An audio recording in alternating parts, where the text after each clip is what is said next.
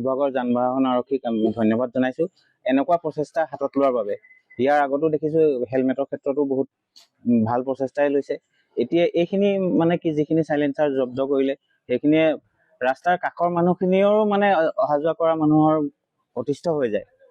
গতিকে এনেকুৱা পদক্ষেপ লোৱাৰ কাৰণে আমি তেওঁলোকক ধন্যবাদ জনাইছো আৰু ভৱিষ্যতেও যাতে এনেকুৱা ধৰণৰ পদক্ষেপ লৈ থাকে তাৰ বাবে তেওঁলোকক অনুৰোধ জনাইছো।